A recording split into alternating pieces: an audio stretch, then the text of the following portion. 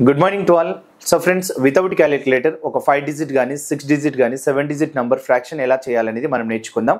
మనకి ఇచ్చినటువంటి క్వశ్చన్ ఏంటంటే ఒక 5 డిజిట్ ఫ్రాక్షన్, దాన్ని సాల్వ్ చేయాలి. మళ్ళీ అది కూడా నాకు ఆన్సర్ అనేది డెసిమల్లో రావాలి. మరి మనం ఎగ్జామ్ హాల్లో కూర్చున్నప్పుడు మనం దాన్ని కట్ చేయాలంటే మన దగ్గర క్యాలిక్యులేటర్ ఉంటుందా? ఉండదు కదా. సో అందుకోసం ఇది నేర్చుకోవాలి. రైట్, మనం ఒకసారి చూడండి. What is the value of 80887 by 42162 ఇచ్చిండు.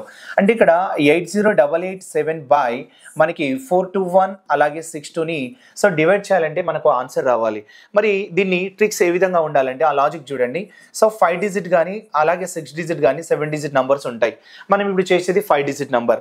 సో 5 డిజిట్ నంబర్ ఉన్నప్పుడు లాస్ట్ 2 డిజిట్స్ కట్ చేయండి. అంటే మీన్స్ 87 అలా 62 లాగా కట్ చేయాలి.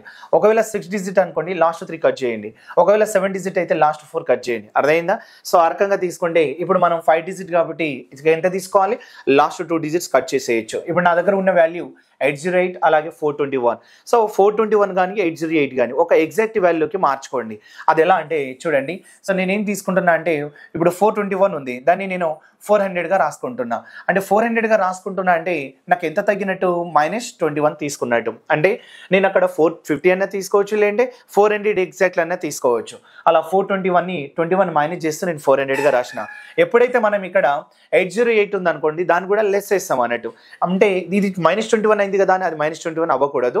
సో అది ఎంత ఉంటే దాన్ని ఎగ్జాక్ట్ వాల్యూగా మార్చుకోవాలి. సో దీన్ని ఎలా మార్చుకుంటున్నా అంటే ఒక 800గా మార్చుకున్నాం. రైట్, అలా తీసుకున్నాం అనుకోండి. సో 400 ఎంతలు తీసుకోవచ్చు? 2 అంటే ఇప్పుడు నాకు దీని ఆన్సర్ ఎంత వచ్చింది? 2 వచ్చింది.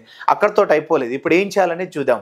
అప్పుడు 21 అనేది నేను ఏదైతే లెస్ చేసినో అప్పుడు ఏం చేయాలంటే సో ఇంటూ 2 తీసుకోండి. అంటే 21 2 నాకు వచ్చే వాల్యూ ఎంత అంటే 42. ఎంత వచ్చింది? 42.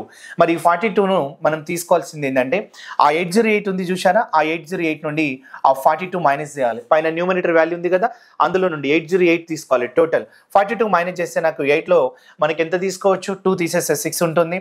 అలాగే 8లో 4 తీసుకుంటే 766 వచ్చింది. ఆ 766ని మళ్ళీ మనం ఏదైతే 400 ఎగ్జాక్ట్ అనుకున్నామో ఆ 400 తోటి డివైడ్ చేస్తాం. రైట్, అలా మనం 4 ఎంతలు తీసుకోవచ్చు? 100 4తో డివైడ్ చేయండి. 4 100 తీసుకున్నాం. 4 ఎంతలు తీసుకోవచ్చు? 19 మరి 4 19 76 అయింది. మళ్ళీ 4 1 4 అక్కడితో సరిపోయింది. మరి 100 ఉంది కాబట్టి సో 2 జీరోస్ కట్ చేస్తే మనకి పాయింట్ ఎక్కడ వస్తుంది? 2 స్థానాల ముందు వస్తుంది. So 2 decimal. అప్పుడు మన ఆన్సర్ ఏమని చెప్పొచ్చు అని అంటే 1.91 అని చెప్పొచ్చు. రైట్, సో మీకు కూడా ఒక క్వశ్చన్ ఇచ్చాను. సో ఇక్కడ 6 డిజిట్ నంబర్ అంటే లాస్ట్ 3 డిజిట్స్ కట్ చేస్తూ అప్పుడు మీరు ఒకవేళ ప్లస్ అయింది అనుకోండి, అంటే ఇప్పుడు 421 నేను -21 చేసిన.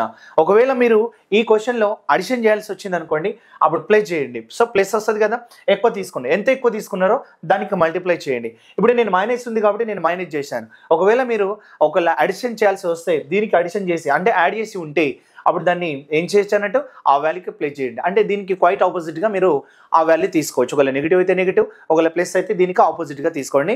సో దీని ఆన్సర్ ఏంటనేది మీరు కామెంట్ చేయండి. Right, thank you.